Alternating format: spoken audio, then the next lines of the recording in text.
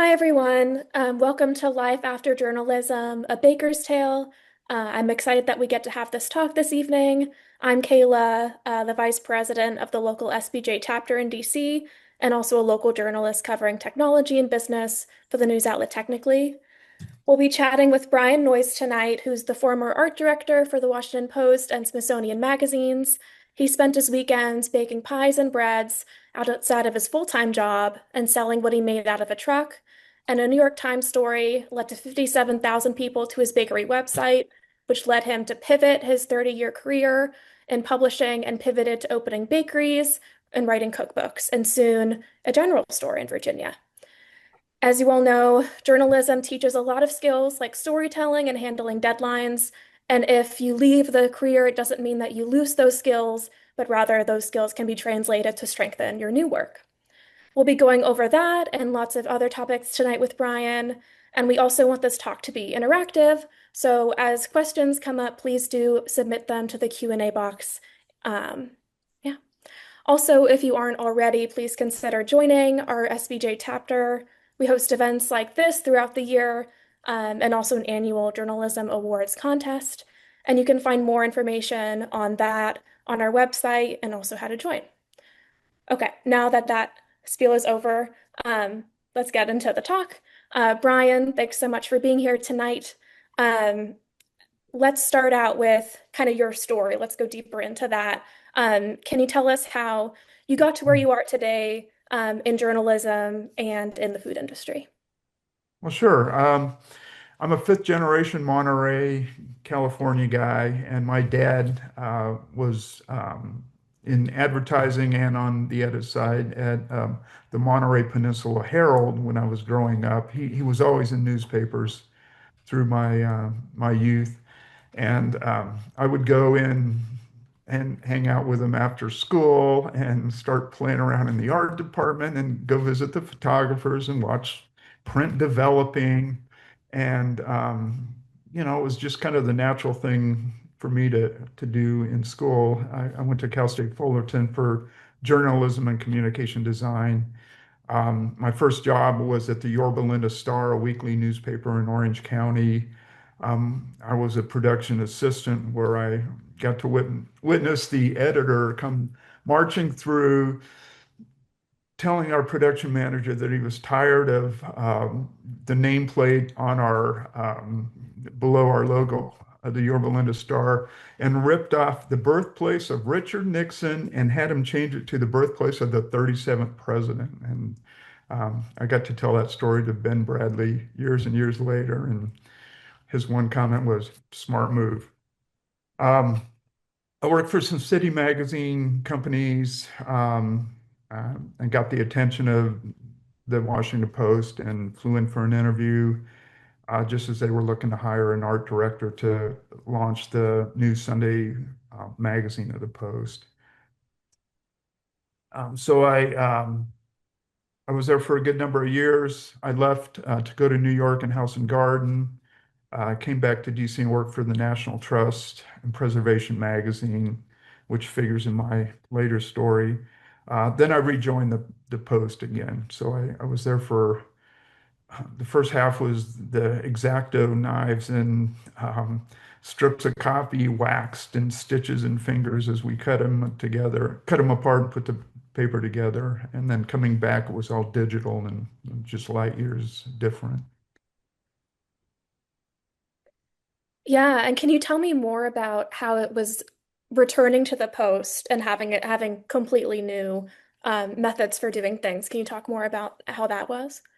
Yeah, it was jarring because when I was there before, it was all seen through a smoky haze as everybody was smoking their cigarettes and typewriters were pounding. I mean, it's right out of the movies, the old movies, and and there was so much camaraderie and yelling and fun and lots of action and everything had to be done right then. And I got back later and it was just and just you hear low hums and no teletype machines clacking and it was a whole new world, but it was it was so much easier for us, which led to more problems because it just meant we had to do more and more work and all kinds of Q&As and podcasts and everything is what grew out of that. But we used to order headlines from a type house and they would arrive the next day, and if a word got changed or the headline didn't fit in our pay stub, we'd have to go through it again. And now, of course, it's a half of a second change in just on your screen. But you can be so much more creative that way. And all our art was coming in high-res digital, or illustrations were being done, digitally. It's a whole new world. Yeah, yeah, definitely. Um, and speaking of whole new world, can you talk about how you came into baking in that industry, and what that pivot looked like? Yeah, I moved over from the Post to Smithsonian Magazine, and kind of in the time between the two, I was enrolled at the CIA, the other CIA, Culinary Institute of America. I had a passion for food. I always watched food. It was always right there off to the side, even through the Post. Both my first time and my second time, I was working with Phyllis Richmond, the food reviewer, and then Tom Siesma, her assistant that stepped into the role. And I'd go scout out all these restaurants that both of them were going to be reviewing, and it was kind of a boondoggle. I could go and order for free, and it was a company expense just to get an idea of what the food looked like either reviewer was going to talk about. But you know, I wanted to pursue my own thing with food. I figured when I hit 50, if I didn't do it now, I would never do it. So I hit the CIA. I went to l'Académie des Cuisines, which is now sadly closed, but it was started by a couple White House pastry chefs. And this is a school right outside of DC in Bethesda.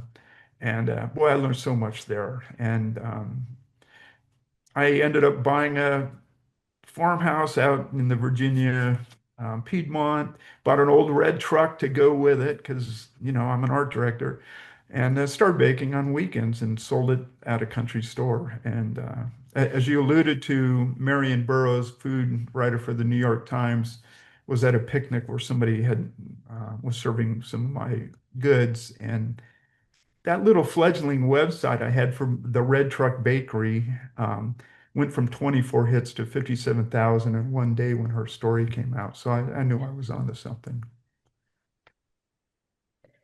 Yeah, and can you tell me more about that day where you got those thousands of hits? Like, what was going through your mind? Were you thinking immediately, oh, I should pivot my career? Was it a decision that you made over time? Can you tell me more about that? Yeah, that sounds really good, doesn't it? In reality, it was holy crap, what just happened? I mean, my other half, Dwight, had to take time off from work to help me bake, help me wrap, help me package.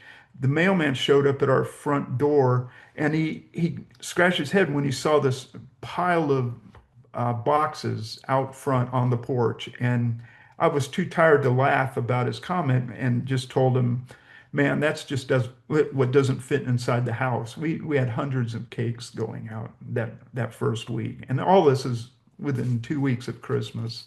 So we were unprepared, and but we got through it. I knew it was going to be like this all the time if I went into it, and I embraced it. And I left my job at Smithsonian Magazine and went looking for a place to start a business. And because of my background at the National Trust and Preservation Magazine, I knew I couldn't be in a strip center next to a nail salon on the bypass, but I found this cute little 100-year-old gas station right in the center of Warrenton, Virginia, and we renovated it and opened up the doors in 2009. Yeah, yeah. And in the process, what led up to opening those doors, can you talk about like what skills did you learn in your career in journalism that you were able to translate to the work that you're doing now?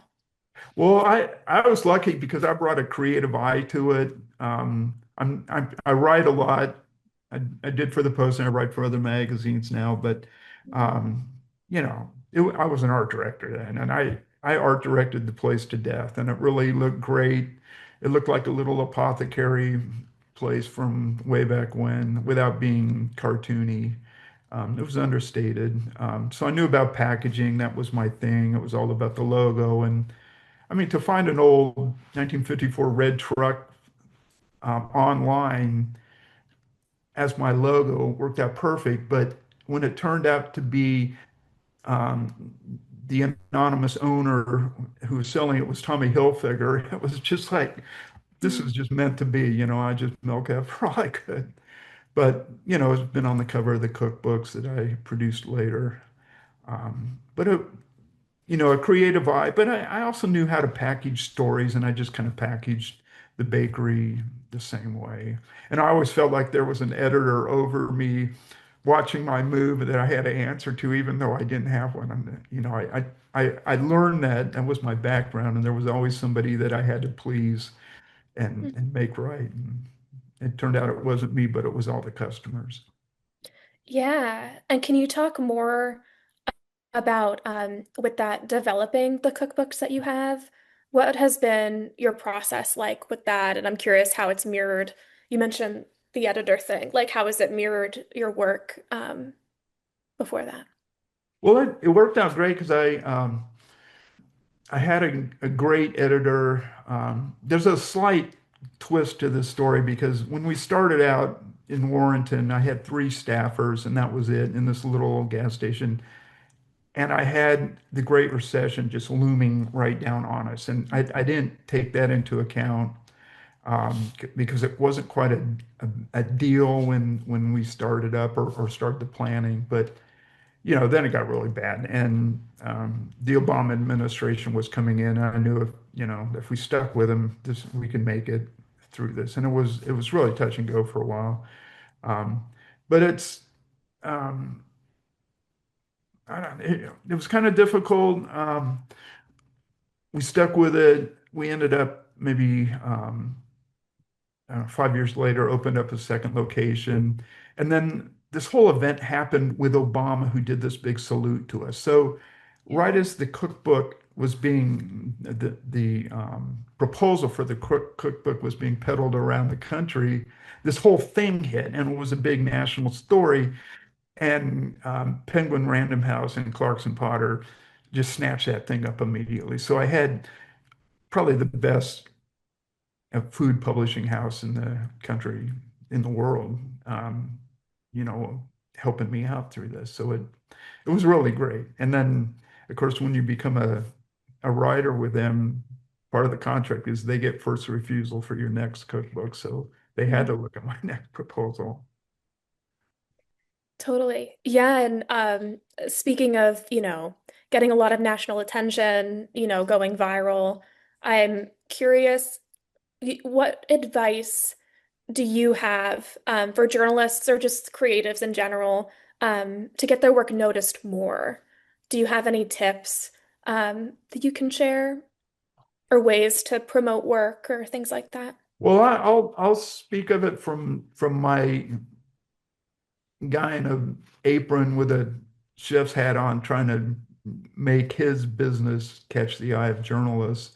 Um, and I didn't want to be one of those people that I saw on the other side where I'm always, getting stuff and getting phone calls and getting emails from people. I just kind of wanted our cakes and pies to kind of speak for themselves. And um, the recession um, kind of hit us hard. And then Southern Living was the first publication to put us on the map. I mean, other than that New York Times thing when we hadn't even opened yet. But I mean, they just included us in a little roundup of places to eat while you go antiquing through the Blue Ridge Mountains in the Shenandoah Valley. And soon people were coming in with that magazine under their arm and then walking up and down Main Street with bags of our stuff, going in and visiting the jewelers and the florist and some of the other places. And it just kind of just started building business up. And then that story brought on other stories, and newspapers and magazines are what helped me for sure. Southern Living came first, Garden and Gun magazine kind of took us under their wing and included us in a bunch of events that got publicized. The Washington Post magazine, my alma mater, did a story, a design story on our house in Arlington, our farmhouse out in Virginia, and then the bakery. And it just, it's not just everybody writing about how good this cake tastes. And we got a question from someone. Can you talk more about what Obama did to attract attention to the bakery? Can you tell us more about that Yeah. story? Well, like I mentioned, probably 5 years after we opened in Warrenton, we were out of room. We were shipping so much stuff nationwide that I had to kick the bakers off their tables at 11 a.m. so that we could use those kitchen tables to start boxing up Yeah. cakes and things. I mean, it's almost like an echo of me doing it in my dining room years earlier. Um, but so we found a second location. So that year at Christmas, it was suddenly we went from three staffers to now two locations with 60 employees, and we were shipping thousands of things nationwide. And we were just bombarded. Suddenly there's two Christmases, two different locations doing Christmas. And on December 26th, I told the staff just to stay away. We're going to lock up. We're going to take a couple weeks off and regroup because it was like we were all just like, oh my God, what just happened? I mean, it was just crazy for us. So during that time off, I just thought, okay, this is Obama's last year in office. Um, in January, I sent him a note. I didn't know him. I never talked to him. I just wrote everything I just said to you that like we stuck with it, and here we are with two locations, and really forgot about it. And then on Valentine's weekend, my office manager called up. I was home by then and said, some guy just came by from the White House and left an envelope for you. So I said, well, I'll check it on Monday, leave it on my desk. And he did. It was a big 8.5 by 11 envelope with a letter from the president and enjoying my story. And then I got a call, and it was Cody Keenan, who was Obama's chief speechwriter, who had taken his girlfriend out to the inn at Little Washington over Valentine's Day weekend and decided to stop at the bakery and hand deliver that letter. So um, Cody told me that story. He was the guy. And he said, we grabbed a meatloaf sandwich for me, and I took a pecan pie back to the president. And I said, well, that's great. Thank you for solving that mystery of where that letter came from. But what you should have done was taken him a sweet potato bourbon pecan pie. And he put me on hold. And then he came back and he said, with three words, POTUS says yes. So we figured out a place to make a drop in downtown DC. And I made probably three of those sweet potato pies. And I got a call back that he loved them. His exact quote was, "This is some good shit." And Cody told me that he would be posting a big salute to us on Pi Day, and it just went crazy. And I heard about that.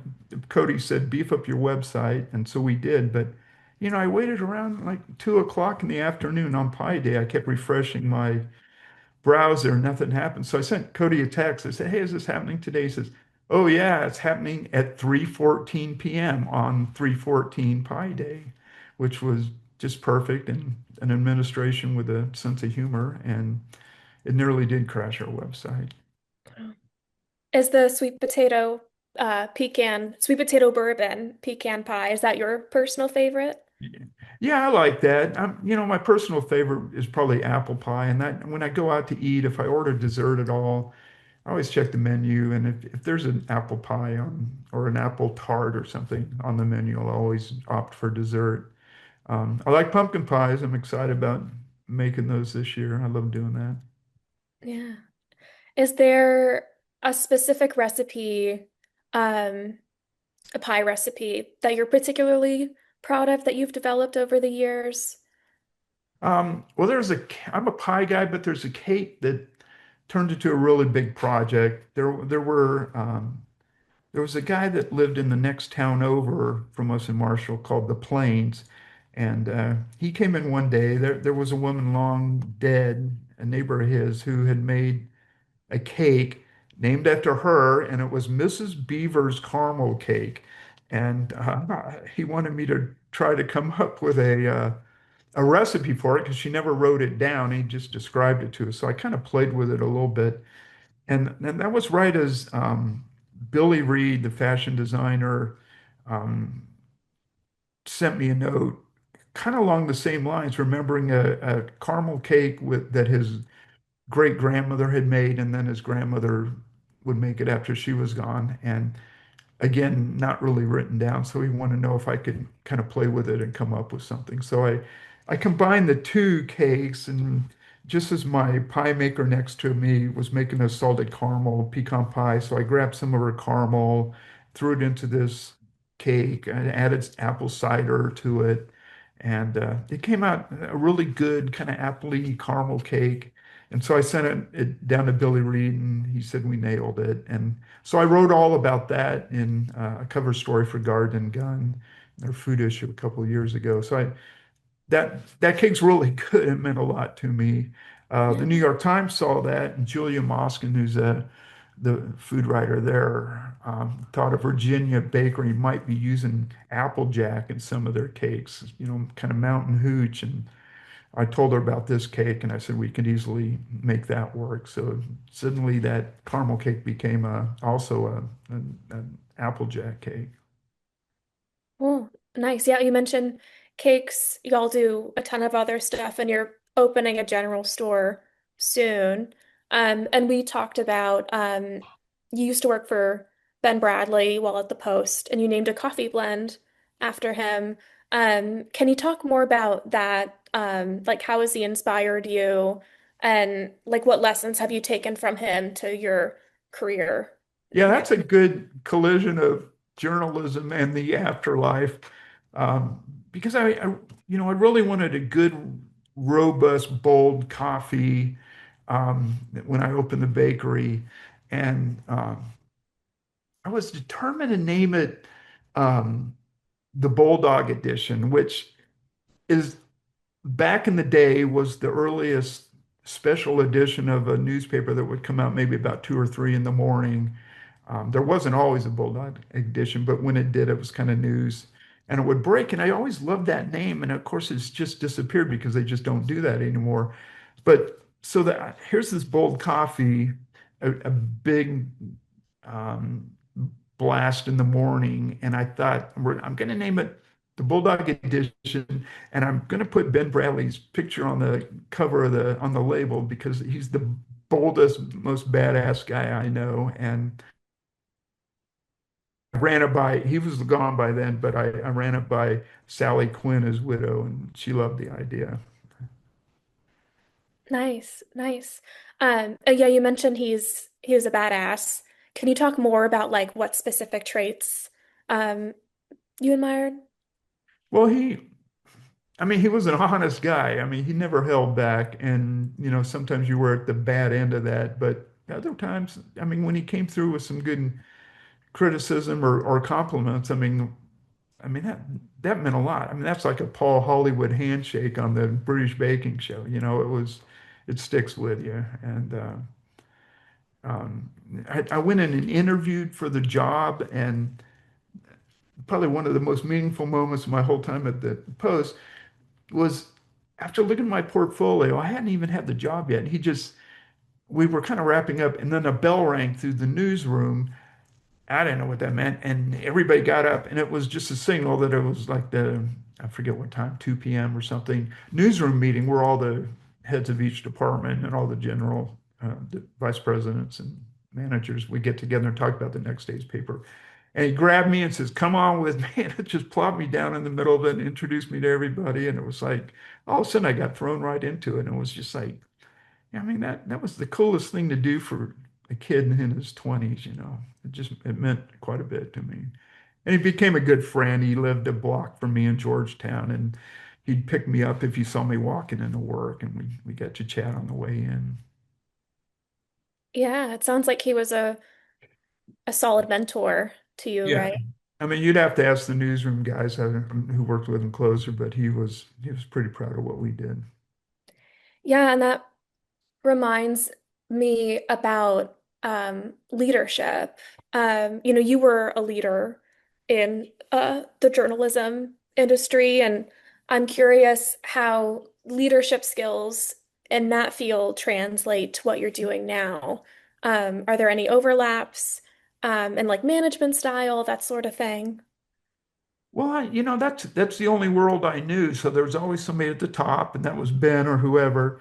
And then there were, editors below him, and then there were us. And I just kind of felt like, you know, I was the guy at the top overseeing it, but everybody at the bakery was just like, the writers on a desk with their beats, let them do their own thing, and then we'll all get together and see how it works out. So, people, staffers in the kitchen were, and even retail staffers were coming in with ideas like, well, my grandmother used to make this cake back then, and well, let's give it a try. And it really added to a pretty thorough repertoire, and people, took ownership of it, and they were very proud. And I mean, it's kind of a weak example, but I just like letting people do their thing. And, if there were some losers there, then, we all knew about it pretty quick. And then we kind of buttress the recipe and, or ditch it, but it would always, I'd hear them out and we played with it in the kitchen.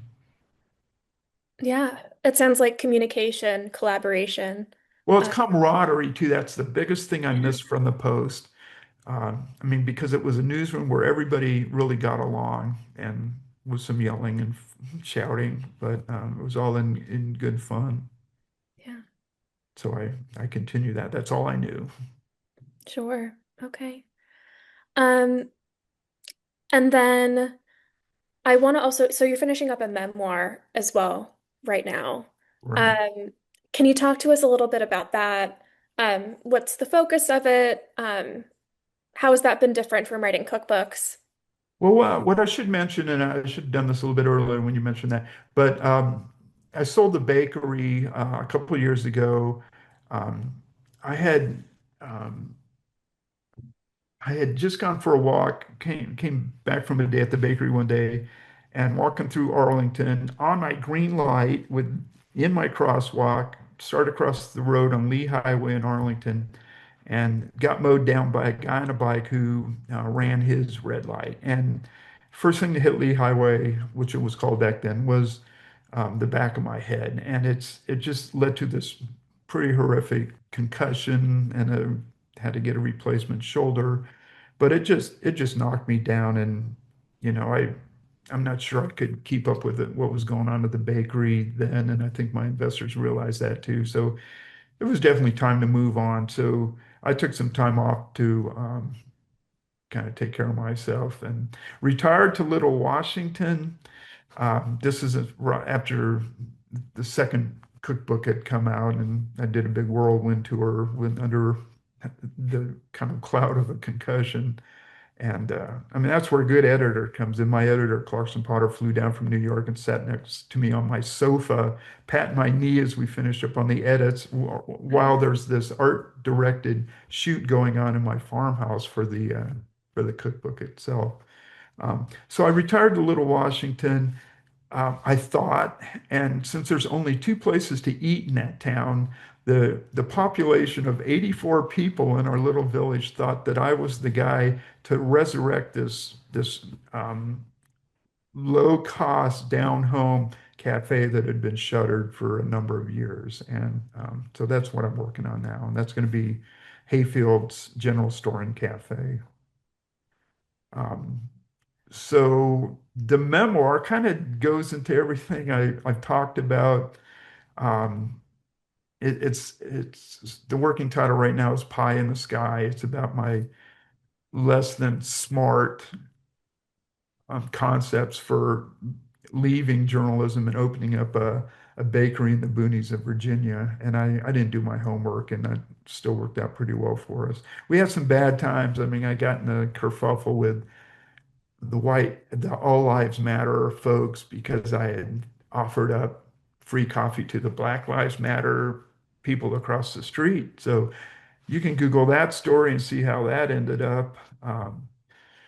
It's there's a couple stories in the Post. Tim Carmen wrote two really interesting pieces about it. But I mean, it back in California, John Wayne made me a tuna sandwich in his kitchen, and it kind of taught me the way he made it and the way he finished it just made me think that, wow, you can do anything you want and people think it's pretty good. And of course, he's John Wayne, so he probably got away with everything. Um, but then I was able in my own bakery to tell our neighbor, the actor Robert Duvall, in our dining room, who was sitting there with one of my favorites, James Caan, the story of that tuna sandwich that they're eating right there in my bakery that originally came from John Wayne's kitchen. And it was, there's just some weird, great pieces throughout the memoir. Yeah, and in writing it, how is that? Has that been a different process than other things you've written, like cookbooks or articles? How has the process differed for you? No, I thought I could do it my own way. And I sat down and I wrote it. I was so happy I wrote it, finished the whole thing in 9 months. And that was a couple of years ago because it's not finished. You got to get a real editor in there to just look at it, and pick it apart and ask me why I did this and how come this jumps to that. And I've got a great editor who's in Paris, so we're doing this via kind of Zoom like we're doing here. And it's so good, it's so smart, it's such an eye opener, and it's great to have a really good editor and copy editors I learned through the cookbook right there working with me every step. Definitely. Yeah.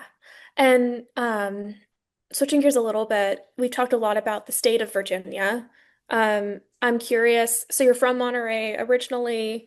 I'm curious, like what's made you stay in Virginia and build a presence in businesses in the state? Well, a big part of my story that's in this upcoming memoir is although I grew up in California, my paternal grandparents were in North Carolina up in the mountains outside of Asheville. So I would fly out in summers as a kid and up to my 20s or so. And my grandma taught me how to make Southern food. And that's what launched that bakery and those two cookbooks. The second one's dedicated to her. Um, so, here I am. Once I left DC, I moved to Virginia and I've been here ever since. And that's been almost 40 years.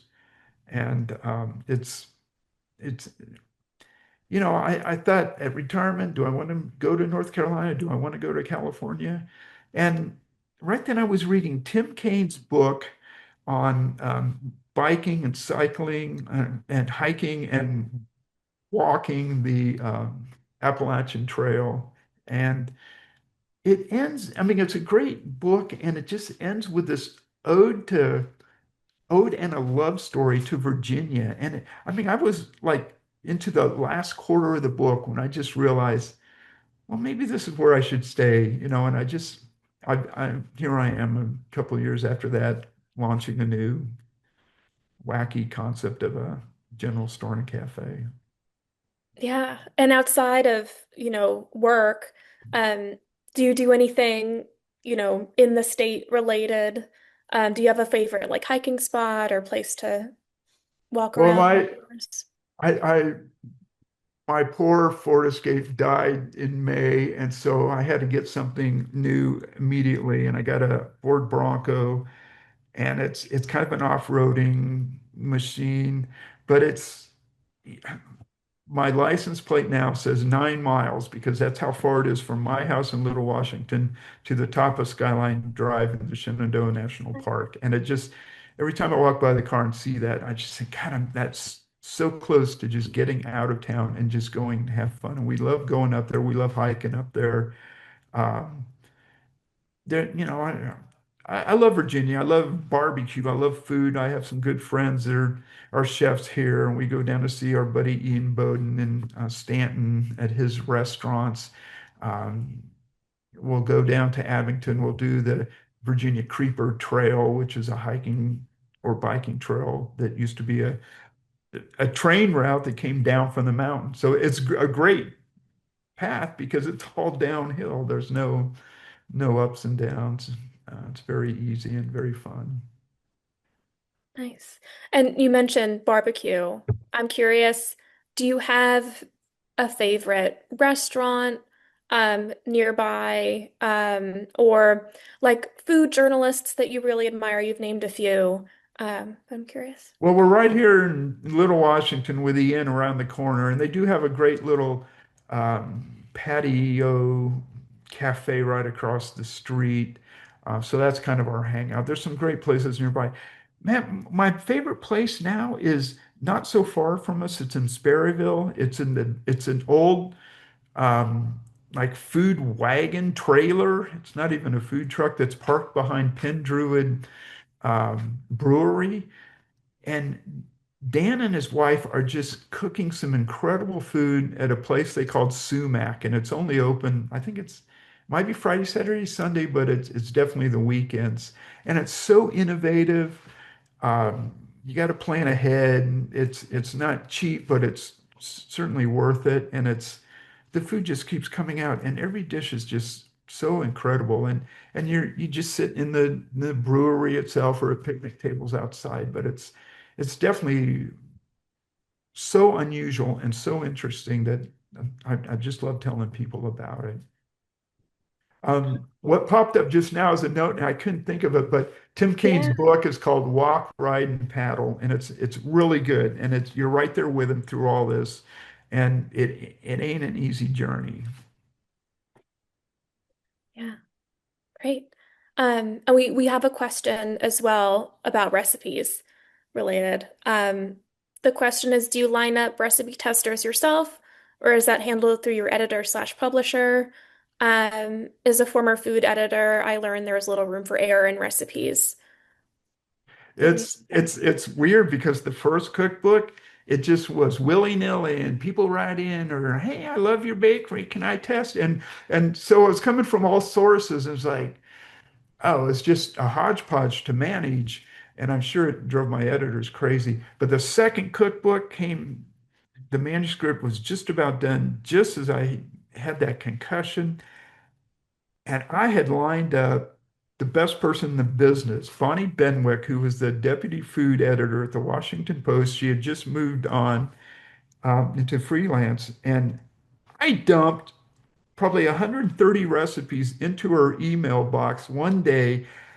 I said, they're all yours. Please test them all. And all the comments that would come back, I couldn't even deal with. And I would just forward them from my editor through me to Bonnie. And I said, please deal with this. And she was the best. And sometimes she would do these things three or four or five or six times. And she would hand them out to her neighbors. So I was hearing from her neighbors and friends down the street who with their feedback as well. But I would never do it any other way again. And not only having one person test all the recipes, but having Bonnie Benwick test all those recipes.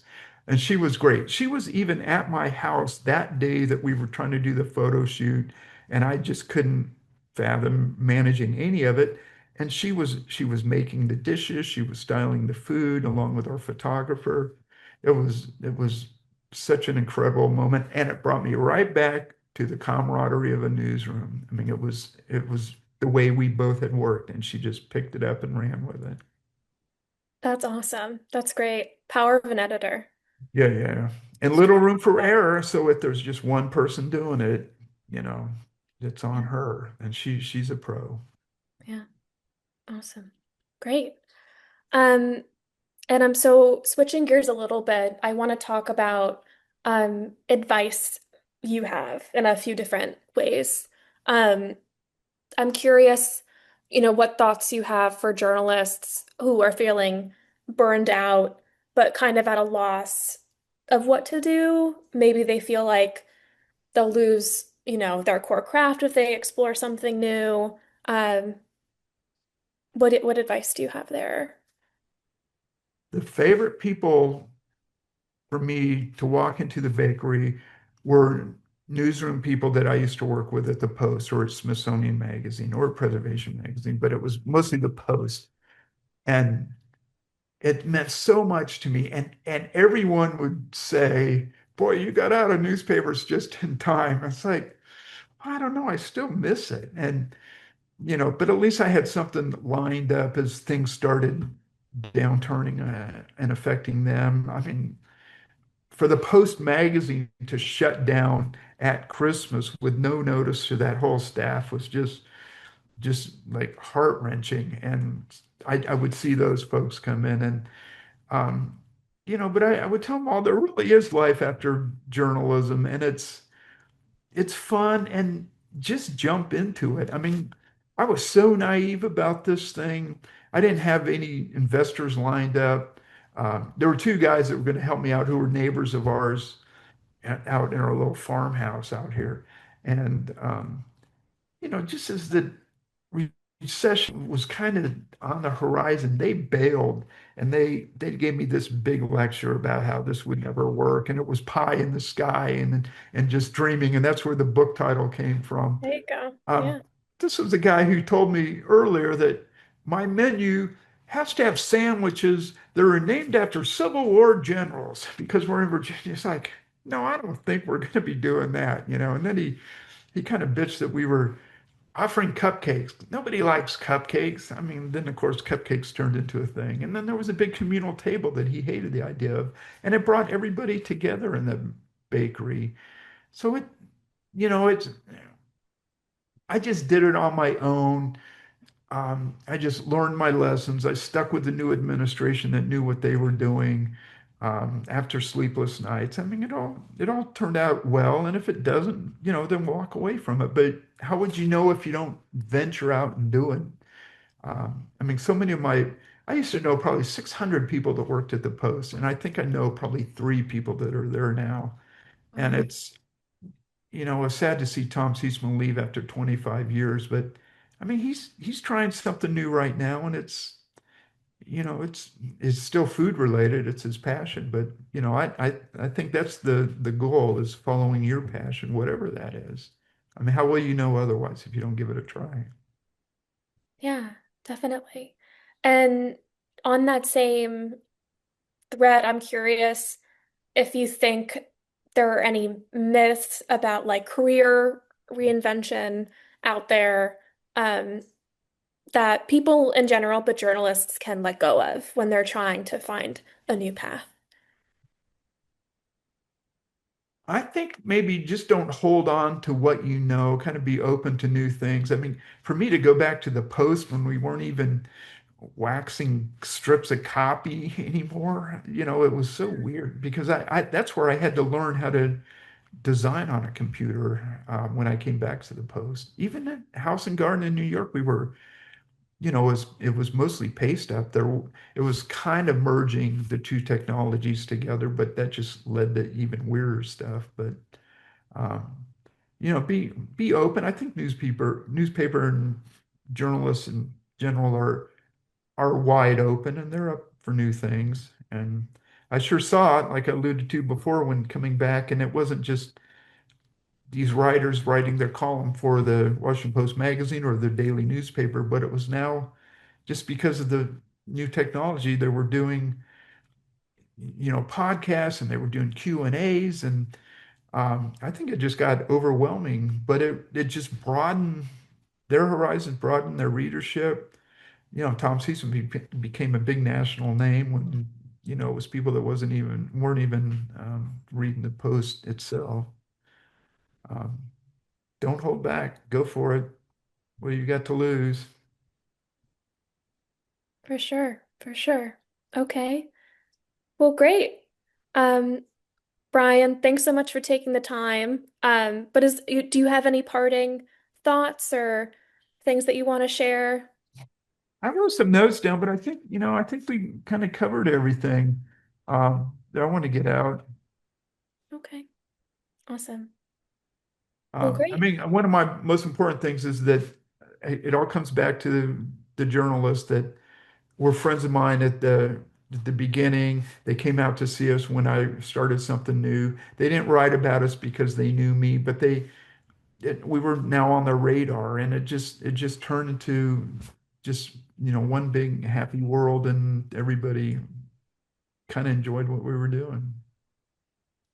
Definitely. Okay. Okay, great. Awesome. Well, thank you again, Brian, for taking the time. This was a really interesting conversation. I hope y'all can take away something from it. Again, this will be uploaded to our YouTube channel. Um, and yeah, you can learn more about us on our website. All right, great. Well, Okay, thanks, Kayla. This is great. great. Yeah, thank you. Have a great rest of your night. All right, appreciate it.